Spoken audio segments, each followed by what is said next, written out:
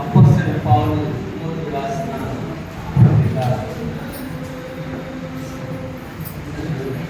Second అధ్యాయము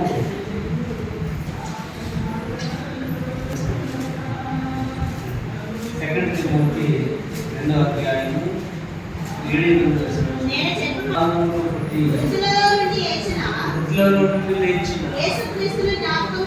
యేసుక్రీస్తును జ్ఞాపకం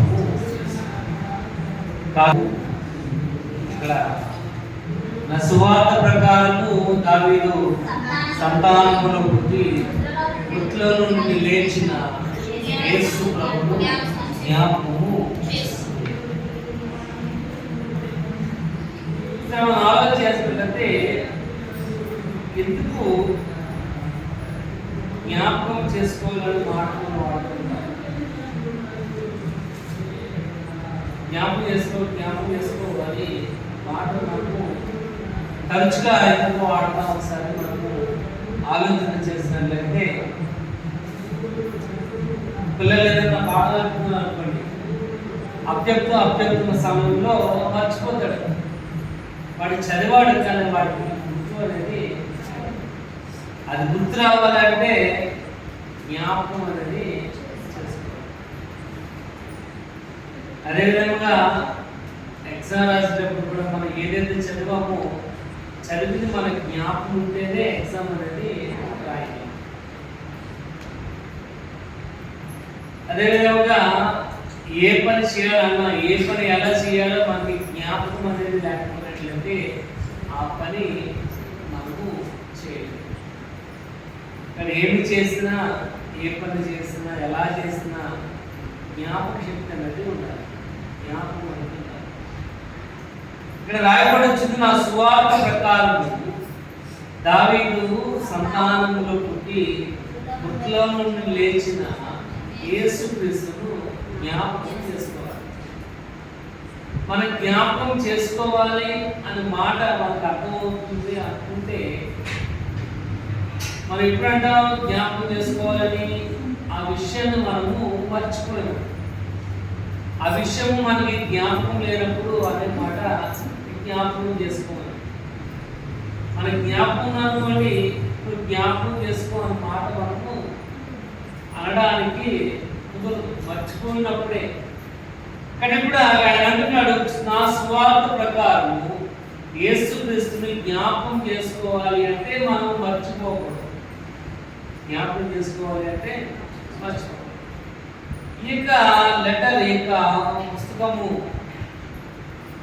తిమోతికి రాస్తున్నాడు. తన యొక్క శిష్యుడైన తిమోతికి పౌలు అనేది రాస్తున్నాడు. ఏ విధంగా రాస్తూ ఉంటున్నాడు, ఫీల్ లైక్ ఏ సోల్జర్, ఒక సైనికుల వలన ఉండలేక పైవచనము 5వ వచనం రాయబడుతుంది. జట్టి అయిన వాడు అంటే సోల్జర్. ఒక సోల్జర్, ఒక సైనికుడు పోరాడుతున్నప్పుడు ఏ విధంగా పోరాడాలి? తిమోతితో అంటున్నాడు సైనికుని జ్ఞాపకం ఉంచుకో. ఎందుకు సైనికుని జ్ఞాపకం ఉంచుకోవాలంటే అతని నియమం ప్రకారం కనుక పోరాడకపోయినట్లయితే ఎన్నో బెనిఫిట్, అతని జీవితంలో ప్రయోజనం అనేది. కానీ ఇక్కడ రాయబడింది జీవితం ప్రయోజనకరంగా ఉండాలి అంటే మృతుల నుండి లేచిన యేసుక్రీస్తును జ్ఞాపకం అనేది ఉంచుకోవాలి. ఒకసారి చూడు, తీసుకున్నాము 6వ అధ్యాయము 12వ వచనం చూడు.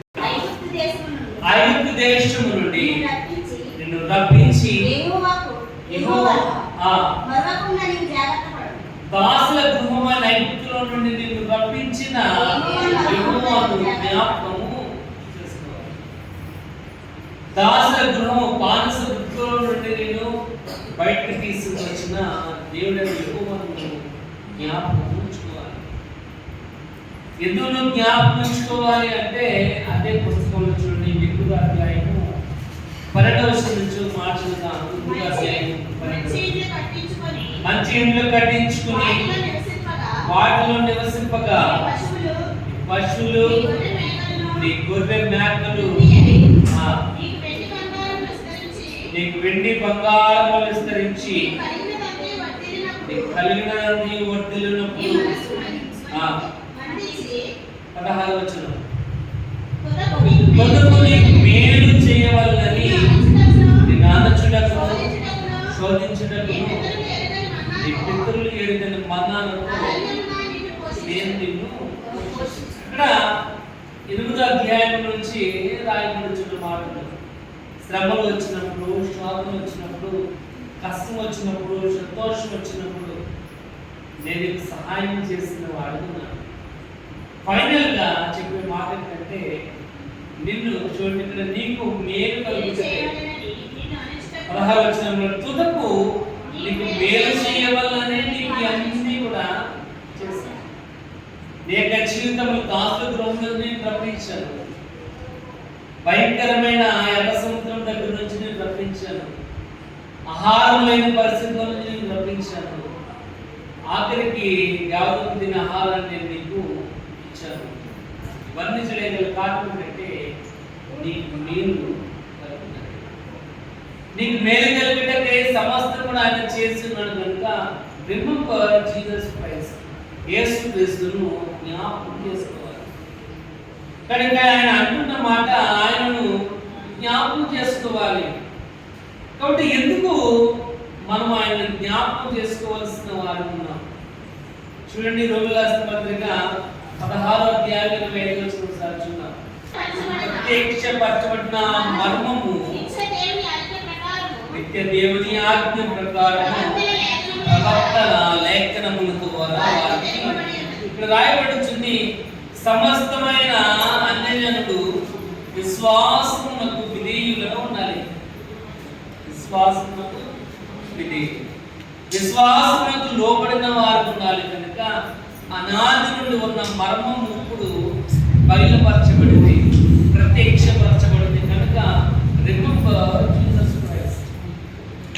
అనాది నుండి నువ్వు దేవుని యొక్క సన్నిధిలో ఉన్న నీవు దేవుని యందు పరిపూర్ణమైన విశ్వాసం కలిగిన వారిగా ఉండాలి. కనుక ఆ మర్మం ఆల్రెడీ ప్రీడిస్టైన్డ్ బై గాడ్, ముందుగానే దేవుని చేత నిర్ణయించబడింది. కనుక రిమెంబర్ జీసస్ క్రైస్ట్, యేసుక్రీస్తును జ్ఞాపకం చేసుకోవాలి.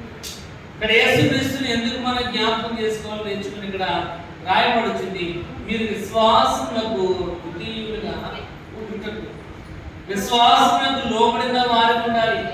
ఇక్కడ శ్రమకాలంలో దేవుని యొక్క వాక్యాన్ని నేర్చుకుంటున్నాం. మనం విశ్వాసంతో ఆయనను జ్ఞాపకం చేసుకుంటూ స్మరించుకుంటున్నాం. మనం ఉపవాసం ప్రార్థన చేస్తున్నాం. మనం దేవుని యొక్క వాక్య భాగం రాయబడుతుంది. రిమెంబర్ నా సువార్త ప్రకారం మృతుల నుండి లేచిన యేసుక్రీస్తును జ్ఞాపకం చేసుకోవాలి. ఇక్కడ ఎందుకు యేసు ప్రభువును జ్ఞాపకం చేసుకోవాలంటే ముందుగానే ప్రీడిస్టైన్డ్ బై గాడ్, ముందుగానే అనాది కాలం నుండి అది పరమముగా ఉన్నది ప్రత్యక్షపరచబడింది. కనుక మనం యేసుక్రీస్తును జ్ఞాపకం చేసుకునే వాళ్ళు. ఇక్కడ ప్రారంభంలో ఎందుకు యేసు ప్రభువును మనము జ్ఞాపకం ఉంచుకోవాలంటే 1వ సమూయేలు గ్రంథము 17వ అధ్యాయము 40వ వచనం చూద్దాం. ఇక్కడ ఇక వచనము ఆ యొక్క 17వ అధ్యాయంలో రాయబడుతుంది. గొలియాతుకి ఫిలిస్తీన్లకి ఐగుప్తీయులకి అక్కడ యుద్ధం అనేది జరుగుతుంది. ఆ ఫిలిస్తీన్లో భయంకరమైన వాడిగా అక్కడ గొలియాతు అనేది కనబడుతున్నాడు. అక్కడ రాయబడుతుంది 9 అడుగుల 9 అడుగుల చాలా భయంకరంగా కనబడుతున్నాడు. అతనిలో ఆజానుభావుడిగా కనబడుతున్నాడు గొలియాతు. అతను చూసిన ఆ ఫిలిస్తీన్లో ఉన్న గొలియాతు చూడగానే అక్కడ జనమంతా కూడా ఏమైపోయారంటే భయపడి పారిపోతున్నారు. అక్కడ ఉన్న వారందరూ కూడా ఆ సైన్యంలో ఉన్న వారందరూ కూడా ఆ ఫిలిస్తీన్ని చూసి భయపడి వారు ఎదుర్కోలేకపోతున్నారు. అతను చూడండి, అక్కడ 17వ అధ్యాయంలో 7వ వచనం సార్ చూద్దాం. మరియు ఈటె కొన 600 రాయబడింది. తన దగ్గర ఉన్న ఈటె కొన, తన దగ్గర ఉన్న ఈటె కన యొక్క సూదు ఎంత ఉందంటే 6.9 kg, అంటే సుమారుగా 7 కేజీలు కదా బరువు అయితే వేడ పడితే చాలు అమ్మా చచ్చిపోతాడు.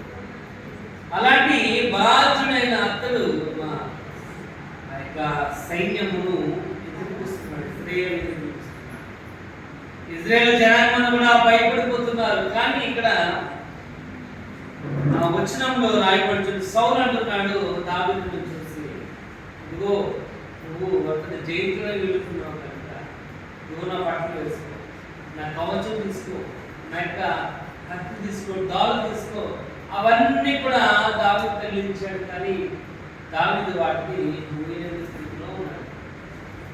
అవి చాలా బరువుగా ఉండడం వల్ల దావీదుకి వాటిని వాడక లేకపోవడం వల్ల అవి చాలా ఇబ్బందికరంగా అనుకున్నాయి కనుక చూడండి ఇక్కడ రాయబడుతుంది 39వ వచనం ఒకసారి 17వ అధ్యాయము 39వ వచనం. దావీదునకు వాడుక లేదు కనుక తొడిగిన వాటి పైన కత్తి కట్టుకుని వెళ్ళగలిగినది లేదని చూస్తున్నాడు. ఆ యొక్క సౌలు తన దగ్గర ఉన్న వస్త్రములన్నీ కూడా ఇచ్చాడు. నువ్వు గొలియాతుతో యుద్ధానికి వెళ్తున్నావు, అతను చంపుతానని నువ్వు డిసైడ్ అయ్యావు కనుక ఎందుకో నా కత్తి తీసుకో, డాలు తీసుకో, అన్నీ కూడా దావీదు తోడుగాడు. కానీ దావీదుకి అది వాడటం ఇష్టము, వాడుక అలవాటు అనేది. ఎందుకంటే అతను గొర్రెల కాపరి, గొర్రెలు కాచుకునేవాడు. ఆ పైవంతం రాయబడుతున్నట్లు ఎంతటి బలాఢ్యమైన వాడు, తన మందలను మేపుతున్నప్పుడు వచ్చిన యొక్క శత్రువు యొక్క జంతువులను, భయంకరమైన క్రూరమైన వాటి ఏ విధంగా చంపాడు అక్కడ సైతం రాయించున్నాడు. కాబట్టి అన్ని వాటిని వాడకలేకపోవడం వల్ల అవన్నీ ధరించడానికి చాలా ఇబ్బందికరంగా ఉండి మనం చదివిన వచనంలో 40వ వచనంలో తన కర్ర చేత పట్టుకుని ఏటిలో 5 నోట్లను రాళ్ళని ఏరుకుని తన యొక్క చిత్తములో ఉంచుకుని వడిసెల చేత పట్టుకుని గొలియాతు దగ్గరికి వెళ్ళాడు. కాబట్టి కర్ర పట్టుకుని వెళ్ళగానే గొలియాతు అంటున్నాడు, నేను కుక్కలా కనబడుతున్నాను, నీకు కర్ర పట్టుకుని వచ్చామని. దావీదు అంటున్నాడు చూడండి 47 ఒకసారి పాటిస్తానని, వీడి చేతను రక్షించువాడు నాడని ఈ తండ్రి వాళ్ళందరూ తెలుసుకుంటారు. ఎవరిదంట? కాబట్టి ఆయన మిమ్మల్ని మా చేతికి అప్పగించును. ఆ యొక్క తన దగ్గర ఉన్న చిక్కులోంచి ఒక రాయి తీసుకుని వెళ్ళి ఆ ఫిలిస్తీని కొట్టగానే వెంటనే వారి నేలకు పడి తన ప్రాణం పోగొట్టుకున్న వారిని ఇక్కడ ఎందుకు మన యేసు ప్రభుని జ్ఞాపకం చేసుకోవాలంటే ఫ్రీడమ్, మనకి స్వాతంత్రం ఇచ్చిన వాడిగా కనబడుతున్నాడు. మన యొక్క జీవితంలో ఆయన స్వాతంత్రం ఇచ్చిన వాడిగా కనబడుతున్నాడు. ఎందుకంటే ఒకనొక సమయంలో మన భయంకరమైన బానిసృతిలో ఉన్నవారు, భయంకరమైన కష్టంలో నష్టంలో ఉన్నవారు. కాబట్టి ఇక్కడ రాయబడుతుంది యేసు ప్రభు మీద మనం లక్ష్యం ఉంచాలి, ఆయన జ్ఞాపకం ఉంచుకోవాలి. ఎందుకు జ్ఞాపకం ఉంచుకోవాలంటే నీ యొక్క జీవితమును ఆయన స్వాతంత్రం ఇచ్చిన వాడు కనబడుతున్నాడు, ఇండిపెండెన్స్, ఫ్రీడమ్ ఇచ్చిన వాడు కనబడుతున్నాడు. ఒకసారి డాక్టర్ రాసిన పత్రిక 5వ అధ్యాయం 1వ వచనం చూద్దాం. కలిపి క్రీస్తు మనలను స్వతంత్రులుగా చేయడానికి రాయబడుతుంది. ఈ యొక్క స్వాతంత్ర్యము వలన క్రీస్తు మనలను స్వతంత్రులుగా రాయబడుతుంది. ఆయన ఇచ్చిన యొక్క అవకాశం ఏంటంటే మన మీద ఉన్న యొక్క భయంకరమైన కాడిని ఆయన భరించాడు, మన మీద ఉన్న శ్రమను ఆయన భరించిన వాడిని కనబడుతున్నాడు. రాయబడుతుంది ఈ స్వాతంత్రం అనుగ్రహించి క్రీస్తు మనలను స్వతంత్రులుగా చేశాడు. ఈ ఫ్రీడమ్ వల్ల, ఆయన ఇచ్చిన యొక్క స్వేచ్ఛ వల్ల, స్వాతంత్రం వల్ల రాయబడుతుంది ఆయన మనలను స్వతంత్రులుగా చేశాడు. కాబట్టి మీరు స్థిరముగా నిలిచి మళ్ళా దాస్యమును బాధికంగా, ఇక్కడ దాస్యములో నుంచి ఆయన మనల్ని బయటకు తీసుకుని వచ్చాడు కనుక, కాబట్టి మృతుల నుండి లేచిన యేసుక్రీస్తును మనం జ్ఞాపకం ఉంచుకోవాలి. ఇక్కడ ఒకటి రాయబడుతుంది, he has given freedom, అని మనకి స్వేచ్ఛ అనేది ఆయన మనల్ని స్వతంత్రులుగా చేశాడు కనుక స్థిరముగా మనం ఉండి మళ్ళా ఆ దాసుడి కాడికి మనము వెళ్ళడానికి ఎందుకంటే భరించవలసిన శ్రమను ఆయన భరించాడు కనుక 53వ వచనంలో రాయబడుతుంది పొందిన దెబ్బల చేత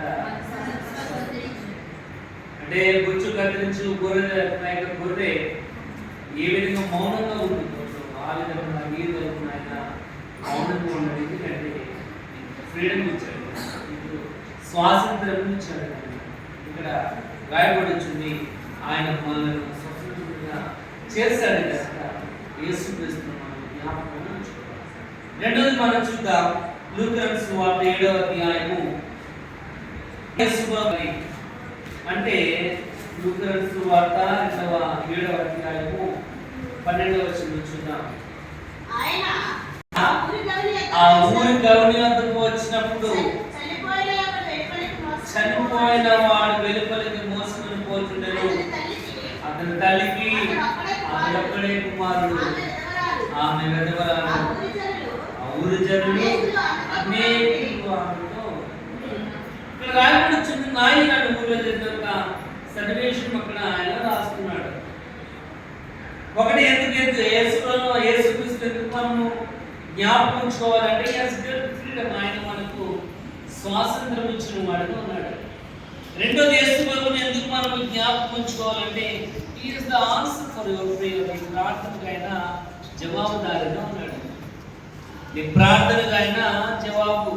ఇక్కడ రాయబడుతుంది ఆయన ఊరిలో ఆయన ఊరి గమనికి రాగానే ఒక చనిపోయిన వాడిని దోసుకొని కూర్చున్న ఒక జనసమూహం అక్కడ కనబడింది. అతనికి ఒక్కడే తల్లి, ఆమె భర్తను కోరుకున్నట్టుగా ఉంది. కాబట్టి ఆమె జీవితం ఎలా ఉండబోతుంది అనేక మంది ఆలోచన కలిగి ఆ యొక్క పాడిని వెంబడిస్తున్న వారుగా కనబడుతున్నారు. యేసు ప్రభు ఆ యొక్క సమస్యను గ్రహించిన వారుగా కనబడుతున్నారు. అక్కడ ఉన్న పరిస్థితిని ఆయన అర్థం చేసుకున్న వారుగా కనబడుతున్నాడు కనుక ఆ కింద మాటలో రాయబడుతుంది, ప్రభు ఆమెను చూసి కనికరపడి ఏడవద్ద అంతమని చెప్పి దగ్గరికి వచ్చి పాడినట్టుగా మోయించున్న వారు నిలిచి. ఇక్కడ రాయబడుతుంది ఆ పరిస్థితిని యేసును అర్థం చేసుకున్నాడు కనుక వారి ప్రార్థనకు ఆయన జవాబునిచ్చేవారు, ఆ సమస్యకు పరిష్కారం చూపించిన వారిగా కనబడుతున్నారు. అందుకు మన యేసు ప్రభుని జ్ఞాపకం చేసుకునే వారిగా ఉన్నారు. ఇక్కడ రాయబడుతుంది ఆ చనిపోయిన వాడు లేచి కూర్చుండి మాట్లాడసాగిన కాబట్టి ఆ యొక్క తల్లి యొక్క ఆవేదన అని అర్థం చేసుకుని వాడు ఉన్నాడు కనుక ఆ శిలువ మీద ఉన్నప్పుడు కూడా ఆయన అంటున్నాడు తన శిష్యుని పిలిచి, అమ్మా ఇదిగో నీ కుమారుడు. తన యొక్క అత్యంత ప్రియమైన అమ్మానికి తన తల్లిని అప్పగించినట్టుగా కనబడు. ఇక్కడ ఆ పరిస్థితిని ఆయన అర్థం చేసుకున్నవాడు కనుక, ఆ యొక్క ఇబ్బందిని ఆయన అర్థం చేసుకున్నవాడు కనుక he is the answer for your prayer. మీ ప్రార్థనకు ఆయన జవాబుదారిగా ఉన్నాడు కనుక ప్రియమైన వాళ్ళ 18 రాయబడుతుంది, తన ఆలయములో ఉండే ఆయన తన ప్రార్థన తన చేసిన విజ్ఞాపన ఆలకించేవాడుగా అంగీకరించేవాడు ఉన్నాడు. ఇక్కడ ఆయనే మన ప్రార్థనకు జవాబు, నాకు మొరపెట్టుకుని నేను నీకు ఉత్తరం ఇచ్చిందను అంటున్నాడు. ఇక్కడ నువ్వు ఏ ప్రార్థన చేసినా ఆ ప్రార్థన ఆయన ఆలకించేవాడుకున్నాడు కనుక రాయబడుచుంది ఆయన నీ ప్రార్థనకు జవాబుదారి ఉన్నాడు కనుక పౌలు అంటున్నాడు. చూడు తన పత్రికలో పిప్లస్ పత్రిక 4వ అధ్యాయము 6వ వచనం చూద్దాం. చింతపడకుడి కానీ ప్రతి విషయంలో ప్రార్థన విజ్ఞాపనల చేత కృతజ్ఞతాపూర్వకముగా ఈ విన్నపములు దేవునికి చింతపడద్దు కానీ ప్రతి విషయంలో ప్రార్థన విజ్ఞాపన చేత మీ విన్నపములన్నీ కూడా దేవునికి తెలియచేది. ఎందుకంటే ఆయనే నువ్వు చేసిన ప్రార్థనకు జవాబు ఇచ్చేవాడిగా కనబడుతున్నాడు, నువ్వు చేసిన ప్రార్థనకు ప్రతిఫలం ఇచ్చేవాడిగా కనబడుతున్నాడు. అందుకే లూకాసు 18వ కీర్తన 18వ అధ్యాయంలో రాయబడుతుంది ఏ విధంగా ప్రార్థన చేయాలి. ప్రియమైన వాళ్ళ దేవుని యొక్క వాక్యంలో రాయబడుతుంది, నాకు ఊరుకోలేదు, మనం దేని గురించి కూడా చింతపడిన అవసరం లేదు. మధ్యాహ్నం రాయబడి ఏ విధంగా ఏమి ధరించుకుంటుమా అని మీరు ఆలోచన చేయవద్దు. కానీ 6:33 రాయబడుచు సువార్త 6:33 మొదట వెతికినట్లయితే రాయబడుచుంది, ఆయన మీ ప్రార్థనకు జవాబుదారిగా ఉన్నాడు కనుక మొదట నీతిని నాట్యములు వెతికి వారికి ఉండాలి. అంటే రిమెంబర్ జీసస్ క్రైస్ట్, యేసుక్రీస్తును జ్ఞాపకం ఉంచుకోండి. ఎందుకంటే నా సువార్త ప్రకారం మృతుల నుండి లేచిన యేసు ప్రభుని జ్ఞాపకం ఉంచుకోవాలి.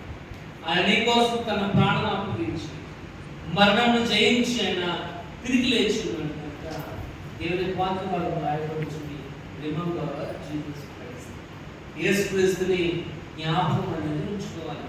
ఎందుకంటే ఒకటి, ఆయన ఫ్రీడమ్ ఇచ్చిన వాడు, నీ యొక్క జీవితములకు స్వాతంత్రం ఇచ్చిన వాడు కనబడుతున్నాడు. రెండవది, ఈయన ఆన్సర్ ఫర్ యువర్ ప్రేయర్, ప్రార్థనకు ప్రతిఫలం ఇచ్చేవాడు, జవాబుదారిగా ఉన్నాడు కనుక కాలం మీ ఆయన ఆన్సర్ నాకు మొదలుపెట్టినట్లయితే నేను నీకు ఉత్తరమించగలను. గ్రహింపలేని రహస్యమైన గోడల సంగతి నీకు తెలియజేస్తాను. కాబట్టి ఆయనే ఈ ప్రార్థనకు జవాబునిచ్చేవాడు కనబడుతున్నాడు. మూడవది చూద్దాం, చూడండి. 1వ కొరింథీయులకు రాసిన పత్రిక 10:21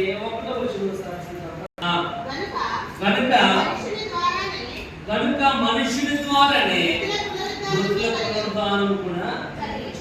ఇక్కడ మూడవది రాయబడింది, కాన్ఫిడెంట్.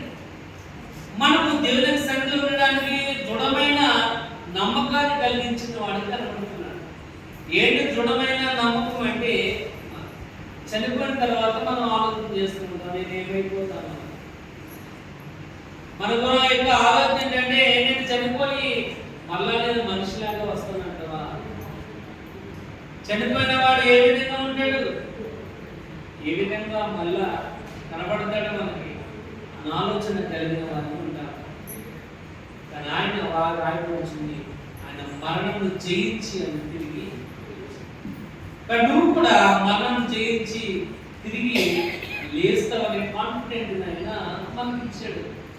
ఎవరైనా నువ్వు చనిపోతారు, ఆయన విశ్వాసం చనిపోతారు. చనిపోయిన వాళ్ళ వల్ల ఆయనతో పాటు తిరిగి చూడండి.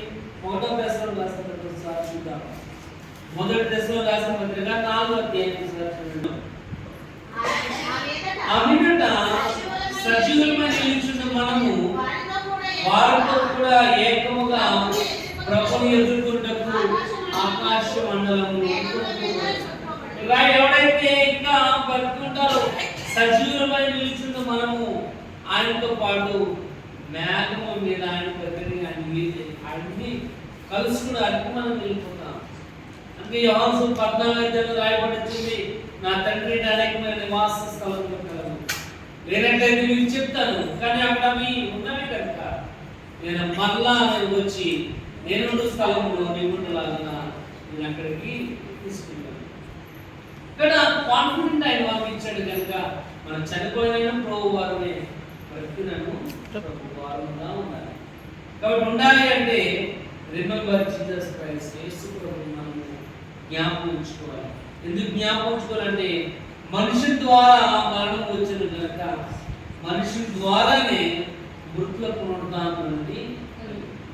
ఇక్కడ ఒక మనిషి ద్వారా, మొదటి మనిషి అయిన ఆదాము ద్వారా లోకములను భూమికి పాపం వచ్చింది. ఆ పాపములో నుండి మనము పరిహారము పొందిన వారిగా ఉండాలి అంటే నీ తరపున యేసు ప్రభు తన ప్రాణాన్ని అప్పగించిన వాడు ఉండాలి. ఇక్కడ రాయబడుతుంది, మరే మనుషుల ద్వారానే మృతుల పునరుద్ధానం అనేది. ఇక్కడ ఆయన ద్వారానే మళ్ళా మనం మరణించిన తిరిగి లేవగలిగిన కాన్ఫిడెంట్ ఆయన మనకి ఇచ్చాడు కనుక రిమెంబర్ జీసస్ క్రైస్ట్, యేసుక్రీస్తుని జ్ఞాపకం ఉంచుకోవాలి.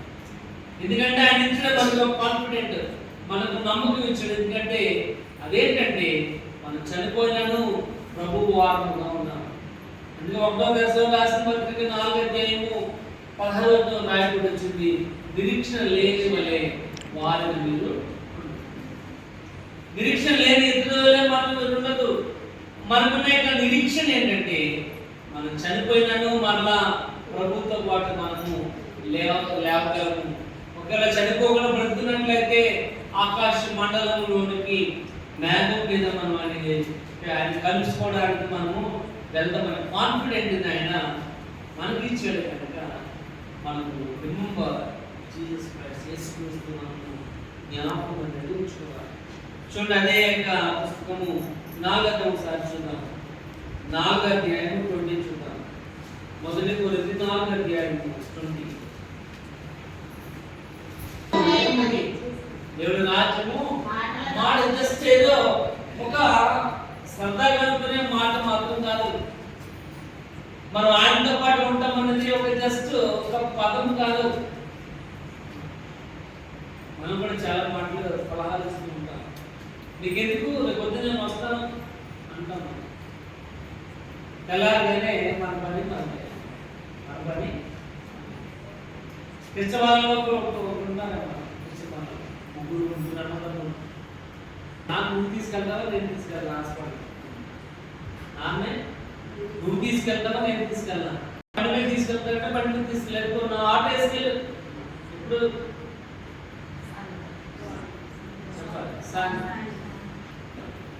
ఇంకా నా ఆటో వేసుకెళ్ళాను, నాన్న తీసుకెళ్ళాను హాస్పిటల్.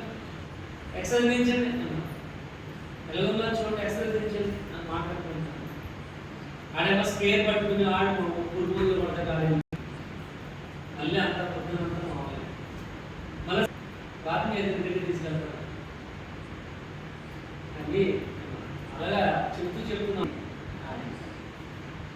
రోజున ముగ్గురు కలిసి అనుకుంటూ ఉంటాను. ఎక్కడన్నా వచ్చి వచ్చి నేను ఇంటి వచ్చేస్తాను.